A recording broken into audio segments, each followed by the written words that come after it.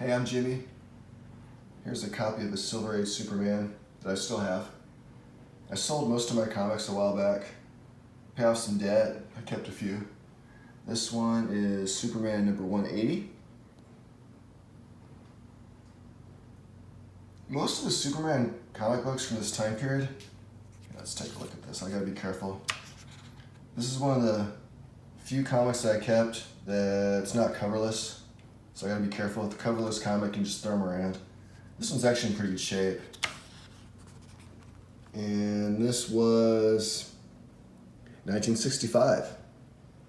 Now, to be honest, most Superman comics from 1965, or even in the 60s, early 60s especially, most of the Superman comics from that time period are unremarkable. Don't really remember them. I want to give credit to this artist because he knew how to draw women.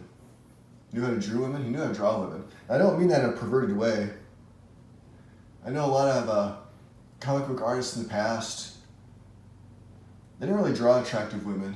And then sometime in the 1980s, 1990s, comic book artists started drawing women like they were strippers with really bad surgery. Yeah. Now the thing is, I don't know who drew this. In a lot of the comic books, they tell you like who wrote it, who drew it. I don't. Oh man, look at those G.I. Joes. Anyways, at the beginning of the stories, they don't tell you who drew it. I mean, the storytelling with the art in these stories it's good from a storytelling standpoint. But the stories themselves are fairly blah. Oh, come on. Oof, oof. It's like smash their jaws. Even Lois Lane in that picture looks attractive. Whoops, here we go. Now, somebody might complain about the lack of diversity of the women in this picture, but this is the 1960s that we're talking about. So you've got, you've got a couple blondes, you've got a brunette, brown hair, and you got the redhead, ginger. Back in the 1960s, that was diversity. Now people might look at that now and I'm not that type of video, so I know other people make those videos. I'm not going to advertise for them though, because they won't advertise for me either, so it's no big deal. I just like these Silver Age comics for different reasons. Let's take a look at the story. Now back then, the Superman comics had 2 or 3 short stories, so this one I think goes, how many pages is that? 10-page story. Is that the same story? Yeah, see, and then it's the end, and then you get a little, comic book advertising. Candy, Cheerios with Rocky Bullwinkle. And then here we go, so we're looking at the girl who was mightier than Superman. And look, that's good storytelling art. And it's not, it's not like the 1990s women were, I don't know, I'm not even going to show you pictures of that because I sold all my 1990s comics, like the Image comics and stuff like that. I sold those. I was actually kind of surprised people paid me for them. Man, I was really glad that people gave me money. I used to have this one.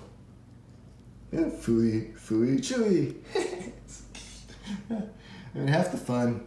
When I was a kid, I'd always get mad at the ads because they interrupted the flow of the story. And it all has to do with kryptonite, I think, with this island. And then, I'm getting older. When even the matronly woman, she's not bad. Anyways. Now I'm going to give you an idea of what I'm talking about. Like you might not think it's that big of a deal that these women actually look like attractive women. And let me show you what some other women in comic books look like at the time. And let me see. I got a couple of coverless here. I'm gonna switch out. Okay, now here's a Fantastic Four coverless. This is from 1968. Now, this is Jack Kirby art, right? And I mean, look at it. You see the complete difference in storytelling from the Superman comic. And this is nothing new with Jack Kirby. He was drawing stuff like this in 1965. And you can just see the complete difference in style. But even with this awesome style, Oh, this is where Sue. Okay, I don't think she's supposed to be attractive.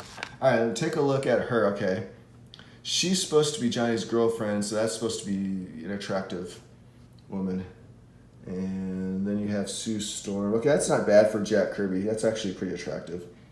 But you can see what I mean. Just not like the artist who drew Superman. And then let me show you Steve Ditko. Let me get you. Okay, this is from Marvel Tales. Now this one is from 1970, but it's a reprint. And so I think the reprint is probably like from 1964 or 1965. All right, so here is Betty Brant, and he's supposed to be interested in her. Peter Parker's supposed to be interested in her, and just kind of sharp-ish features. Oh, cool. Oh man. Now people forget about how awesome Doctor Strange was. Here's some Steve Ditko Doctor Strange, like Dormammu. That's kind of what he looked like. He was one of my favorite villains. This is a great story, but the only problem is these are only 10 pages long.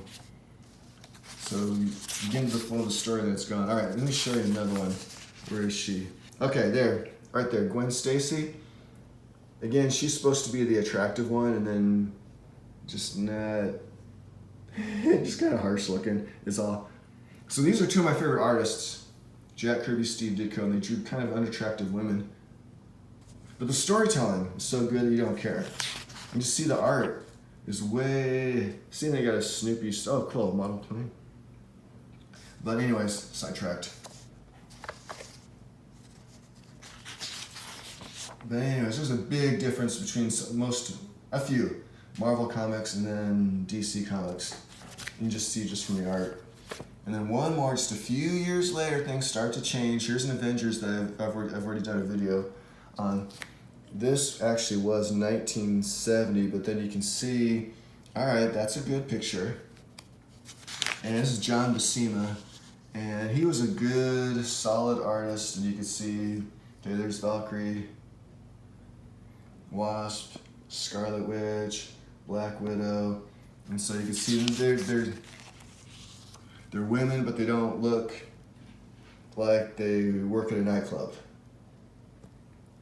Well, I mean, the costumes make it look, but I mean, it's not like really, they're just superhero women, Alright, so I just wanted to show you that. But I hope you like this video. And if you do, I have more videos. I have a blog called Dysfunctional Literacy. It's actually about books and writing. And then I also have several books on Amazon, but the one I'm promoting right now is Crap Is Not a Bad Word.